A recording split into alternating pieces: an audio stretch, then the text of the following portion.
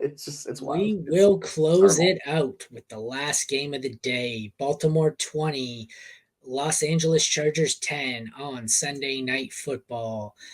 This was not a pretty game. Jackson goes 177 for one touchdown. Justin Herbert goes 217 for one touchdown, but an interception and a fumble. I can't remember ever seeing so many fumbles from quarterbacks as I have the last week or so. Keaton Mitchell goes 9 for 64. Gus Edwards goes 8 for 26. Justice Hill 5 for 31 in a running back room I'd like to avoid. Austin Eckler goes 10 for 32 and 5 for 32 through the air, but loses a fumble. The receivers were good. We have Zay Flowers gets one carry for 37 yards and a touchdown. And then he goes 5 for 25 and a touchdown through the air.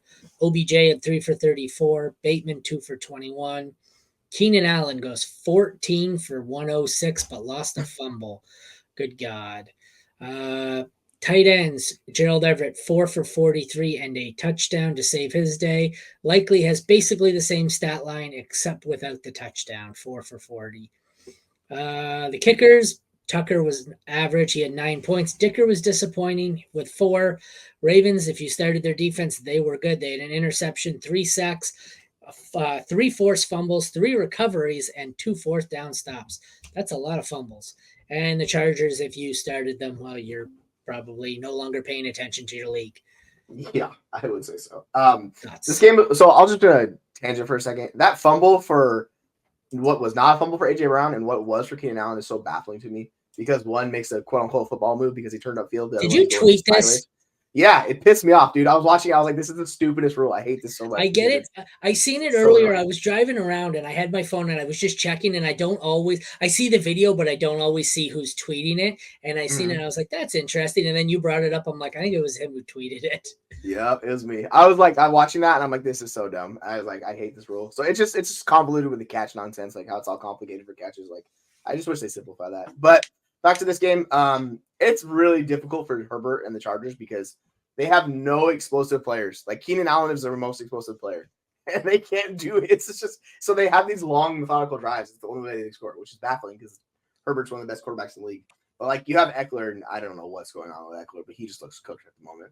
Maybe it's the high ankle sprain dealing with that, but he looked a lot better early in the year, so I don't think he all of a sudden he just got bad. I think it's just he's dealing with the injury, and it zaps his explosive ability. So it's that, and then you have Allen, who's literally what are these targets like? 8 yards a target. Like this is just it's brutal. On the flip side, Ravens have these explosive players. Keaton Mitchell, he saw more snaps, so I didn't think he would actually take over this role, but now I think it's entirely possible he can get more work than Gus Edwards. So keep an eye on Mitchell moving forward. He actually cut into that early down work, which is good to see.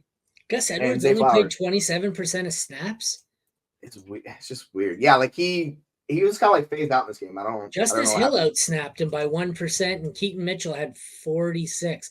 Are they really doing a 3-headed split here? Yeah, it's legit like 3-way split. So like it's like 50, 25, 25 with Mitchell in the lead, but that's gross. I don't want any part of that. I don't care if Keaton Mitchell's explosive or not. I don't. Yeah. And you've seen what happens. Gus Edwards finally doesn't score 2 rushing touchdowns that he's right. Exactly.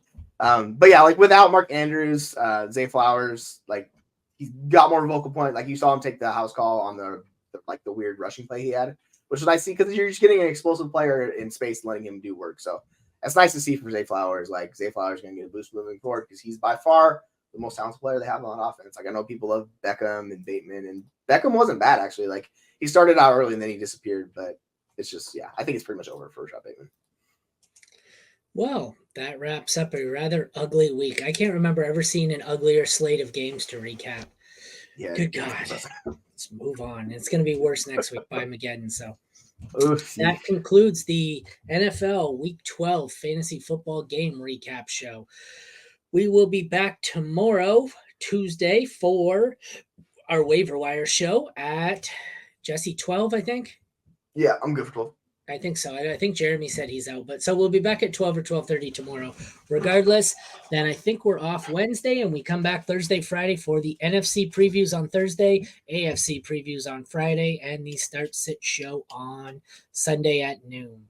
So we're a little delayed getting this one out. We had some scheduling conflicts last night, but that concludes a wonderful week 12. Thank you all for tuning in. We will see you tomorrow. Take care, everyone.